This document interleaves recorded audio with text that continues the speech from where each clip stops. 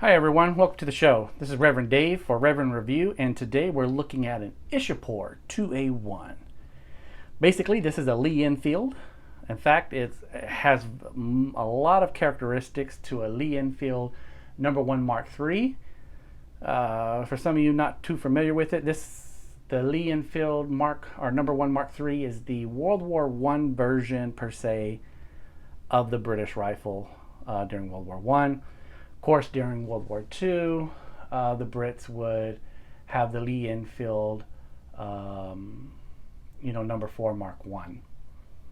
So, but anyway, this is the what some call the Indian-Enfield, and it's a little different. It shoots a 7.62 by 51 NATO, which, as many of you know, is different than the 303 British that the Lee-Enfields shoot.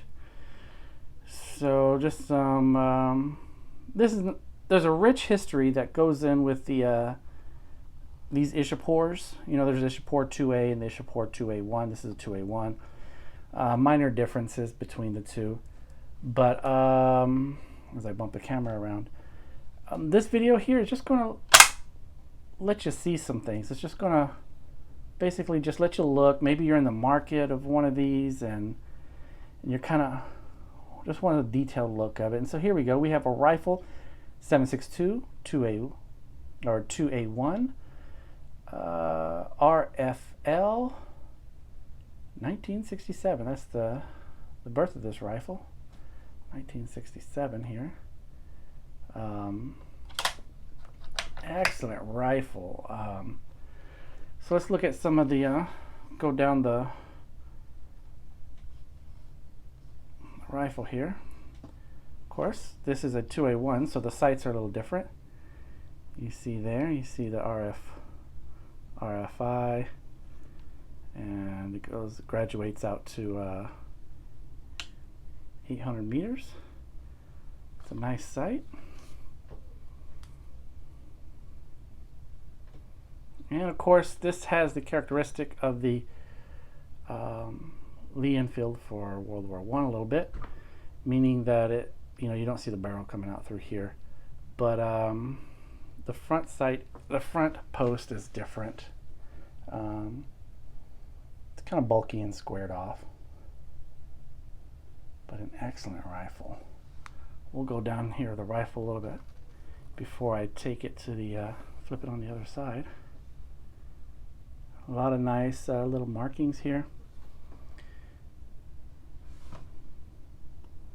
SA, that's the one of their marks, proof marks.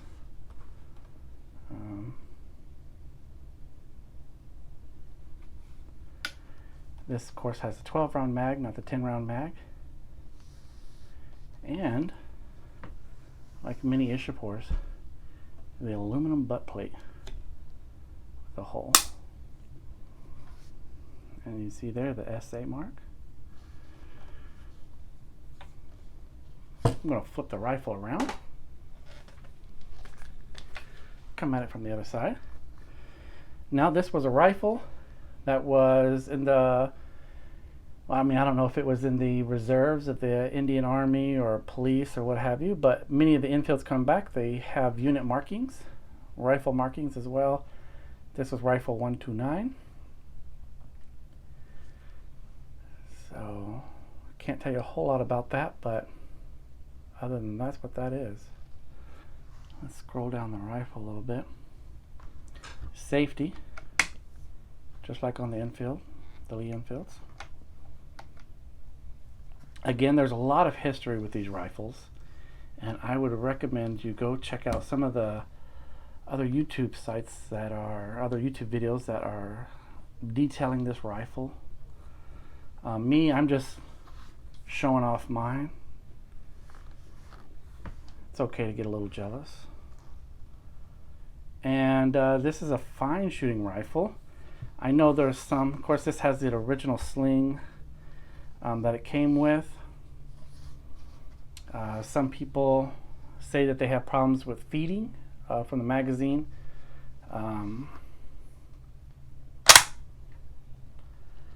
So it is a smooth, and it's cock on close. And so one thing to take the bolt out that's a little different. Let me see if I can get a little better view here. When people take apart some of the other Enfields, right around here where you see there's like there's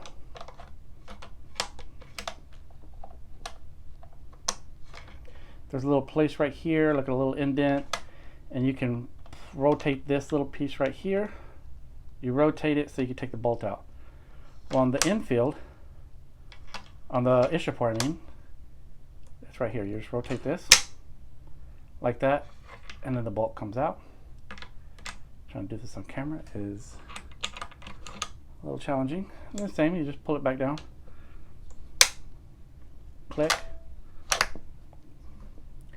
and there you go. So you see right here, this is kind of like the Mauser actions a little bit.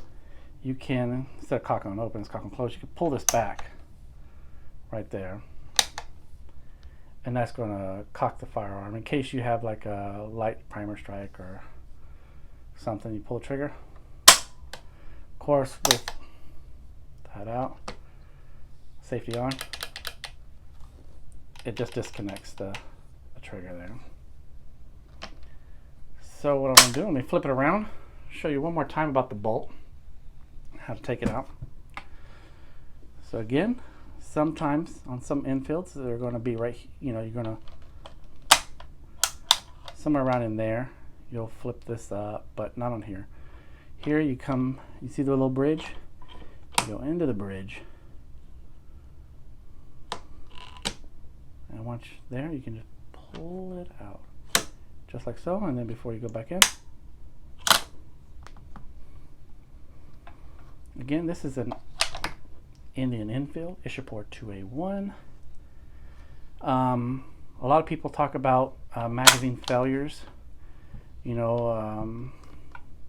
trying to weak extractions and stuff. The weapon's a fine shooting weapon. A lot of people do talk about magazine failure issues. Mine did not. I don't have magazine feed issues, probably because I have a newer one. I think they stopped making these in 1968, and I have a 1967 one. So that is it. Some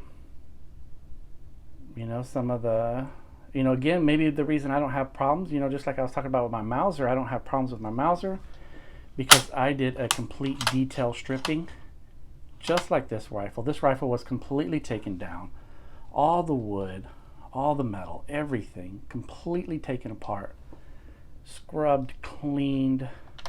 The bolt was completely taken apart, all these pieces in here, everything taken apart and oiled nicely. And I don't have problems with it. The thing is, when these weapons go into long-term storage, they are put in some type of cosmoline or something like that. You got to get all of it out, folks, or you're going to run into a lot of problems. To take the magazine out, hit this little nub right there. Magazine comes out. This is a factory magazine. It's not a aftermarket magazine. Well, folks, here's my Ishapore 2A1. A lot of resemblance. I think I heard someone say is 80% compatibility with the Lee-Enfield No. 3 Mark I, the World War I version of the Lee-Enfield. This is the Indian-Enfield, and I am loving it. Let me just see if I can get you to look down in there a little bit. Down the butt plate, nice cap. All right, guys, you have a good one.